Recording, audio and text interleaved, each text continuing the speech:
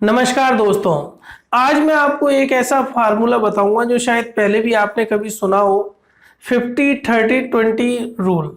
ये एक ऐसा रूल है जिसके अंदर आप अपने घर के फाइनेंस करके बजट को मेंटेन करके चल सकते हैं।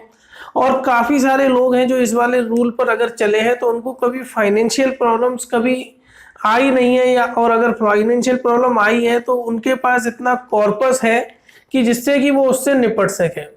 क्योंकि देखो, ऐसा कोई व्यक्ति नहीं है जिसको कभी ना कभी फाइनेंशियल क्राइसिस नहीं आता, कभी कभी पैसों की जरूरत नहीं पड़ती हो।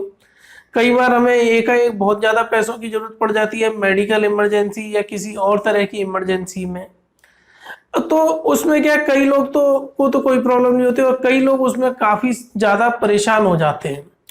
तो बेसिकली परेशान होने वाले जो लोग होते हैं उनकी जो बेसिक प्रॉब्लम होती है वो उनका खुद का वे ऑफ लिविंग होता है। अगर यदि आप अपने आप को सिस्टमेटिक ढंग से चलाएंगे तो कभी भी कोई भी फाइनेंशियल क्राइसिस आता है तो आप उसको अच्छे ढंग से मैनेज कर सकते हैं।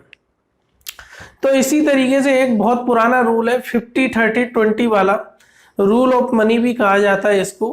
तो इसके बारे में बताऊंगा मैं आज आपको कि किस तरीके से आपको करना है। देखिए, इस वाले रेशियो में क्या किया गया है कि आपका जो भी सैलरी या जो भी इनकम आपकी मंथली होती है उसको 3 पार्ट में डिवाइड किया गया है। पहला पार्ट 50, दूसरा 30, तीसरा 20। हर पार्ट की अपनी एक विशेषता है कि आपको ये पार्ट इसमें ही खर्च करना है। जैसे कि 50% रेशियो उन पार्ट्स में खर्च करना है जो आपको सबसे ज़्यादा ज़रूरत है, जिनको आप अवॉइड नहीं कर सकते।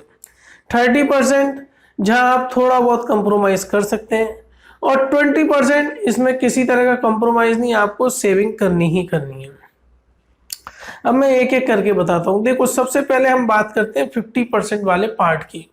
ये होता है नीड और रिक्वायरमेंट, यानी कि मेरी ज़रूरत है, यानी कि ऐसे खर्चे जिनको मैं बिल्कुल भी अवॉइड नहीं कर सकता, वो सब मेरे 50% में कवर हो जाएंगे। अब उसमें कौन कौन से खर्चे आते हैं?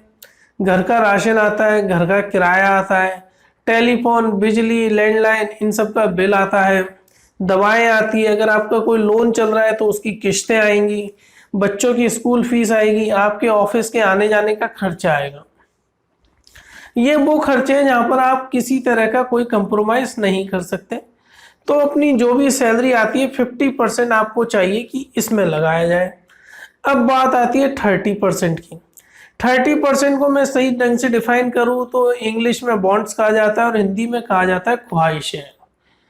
मैं याद रखिए, मैंने 50% रेशियो में जरूरतें शब्द यूज किया था और अब मैं यहाँ पर कर रहा हूँ ख्वाहिशें। ख्वाहिशें इसलिए क्योंकि ख्वाहिशें ऐसी होती है जिनको दबाया जा सकता है। ये जो मैंने खर्चे लिख रखे हैं इसमें ऐसे खर्चे हैं जिनमें आप कहीं ना कहीं कंप्रोमाइज कर सकते हैं। अखबार का बिल, टीवी का बिल, घर का सामान, नया मोबाइल, नए कपड़े, नया टीवी, यानी कि ये वाले वो खर्चे हैं। जैसे मुझे नया मोबाइल लेना है तो मैं एप्पल का क्यों लूँ, मैं किस शायोमी का ले लूँ, सस्ता मोबाइल ले लूँ। नया टीवी चाहिए तो मैं थोड़े कम इंच का टीवी ले लूँ। तो ये वाले वो खर्चे हैं जहाँ पर हम कंप्रोमाइज कर सकते हैं। अगर मुझे टूर ट्रेवल्स पे जाना है तो मैं विदेश की यात्रा क्यों करूं, मैं डोमेस्टिक यात्रा पर ही चला जाऊं जिससे मेरा खर्चा बच जाए। यहाँ पर वो खर्चे हैं जहाँ पर आप सारा एडजस्टमेंट कर सकते हैं।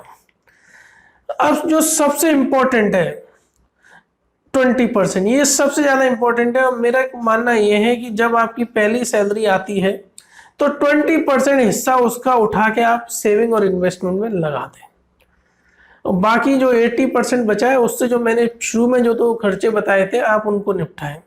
ये सबसे ज़्यादा इम्पोर्टेंट है 20%, क्योंकि भविष्य में यही डिसाइड करेगा कि आप फाइनेंशियल प्रॉब्लम से किस तरीके से लड़ेंगे और किस तरीके से ओवरकम करेंगे।